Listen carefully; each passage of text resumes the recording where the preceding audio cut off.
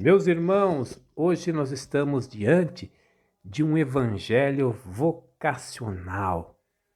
Todo evangelho vocacional é um evangelho de chamado. E o evangelho de João é um pouco diferente dos sinóticos, porque ele nos apresenta uma outra via do chamado de Deus. Os evangelhos sinóticos, o chamado dos discípulos ocorre após um acontecimento miraculoso, como em Lucas, a pesca milagrosa. Já o chamado no Evangelho de João, ele ocorre através do testemunho de João. Então vejam bem, muitas pessoas podem descobrir a riqueza de Jesus através de um sinal na sua vida, de um milagre, de uma bênção, mas muita gente também começa a seguir Jesus pela esta via do testemunho.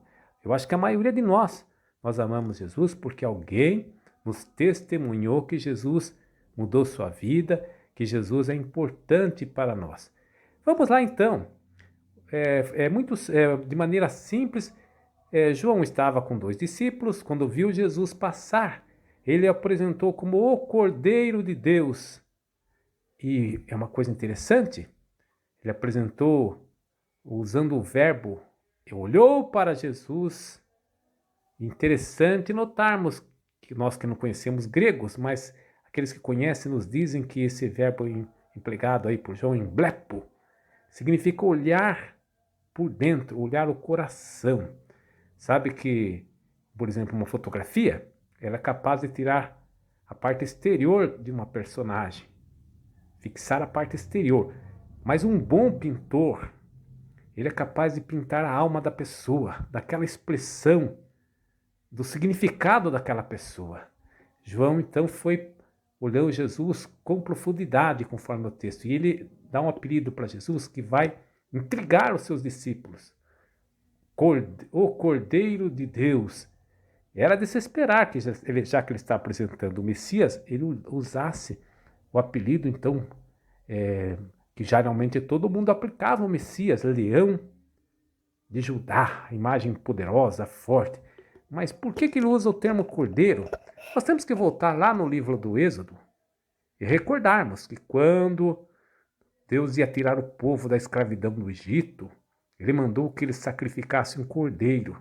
Primeiro para que o assassem, comessem a sua carne e assim tivessem força para empreender a grande viagem de fuga. Depois, para que usassem o sangue do cordeiro e aspergissem nos umbrais das portas para serem preservados da morte, porque ia passar o anjo exterminador. Então, quando ele chama Jesus de Cordeiro de Deus, ele está nos falando que Jesus vai ser o nosso sustento, o pão, a Eucaristia, e também o seu sangue derramado na cruz vai vencer a morte, vai nos preservar a todos nós da morte. Aí tem uma coisa interessante no texto, que esses dois começam a seguir Jesus.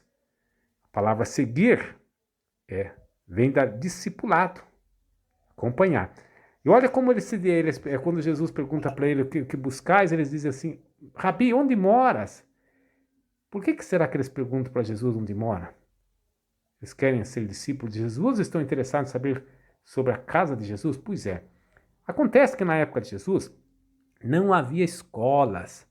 Tudo o que você queria aprender era desta maneira. Você tinha que arranjar um mestre, seja lá uma atividade técnica, uma arte, seja o que for.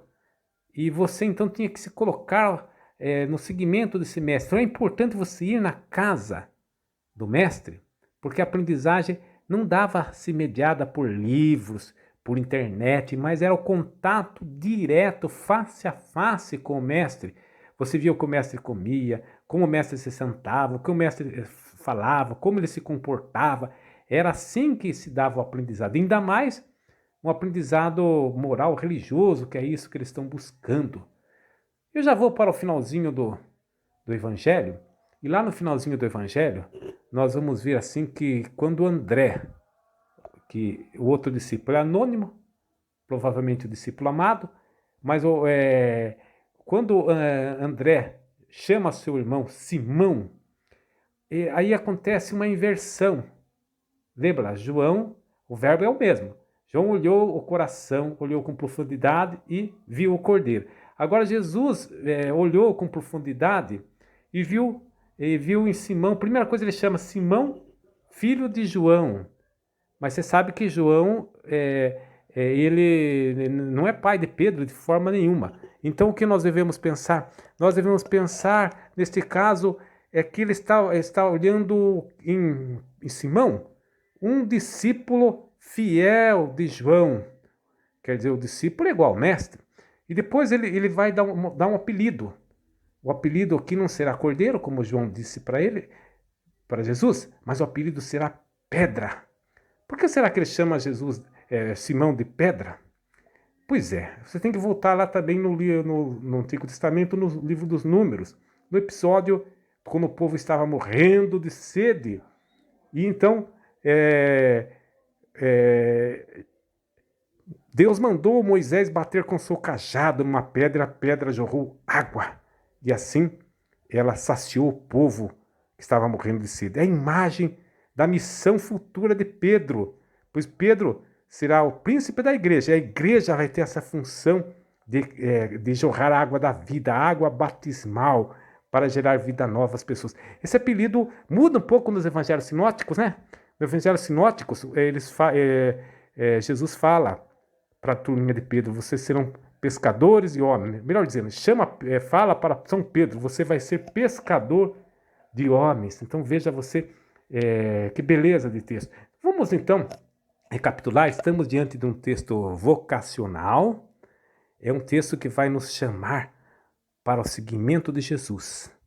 Então, gente, nós, através do testemunho de São João Batista, nós podemos ter a certeza de que Jesus Cristo é o Cordeiro Pascal, aquele que nos sustenta e aquele que nos redime da morte, aquele que nos salva. Amém.